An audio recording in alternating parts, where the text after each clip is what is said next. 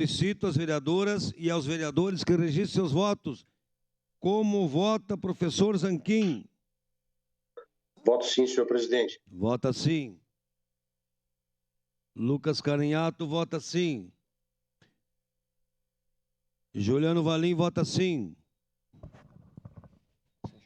Vereador Meneguzzi vota sim, presidente. Vereador Alberto Meneguzzi vota sim. Como vota Adriano Bressan?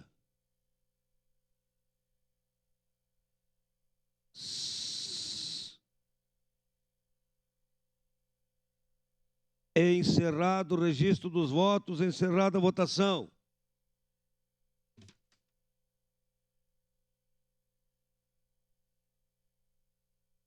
Renato Oliveira. Dá tempo ainda? Renato Oliveira. Como vota Adriano Bressan? Voto sim, presidente. Voto sim, senhor presidente. Adriano Bressan vota sim. Projeto de lei complementar número 22 de 2023 foi aprovado por unanimidade com ausências de Sandro Fantinello e Fiuza.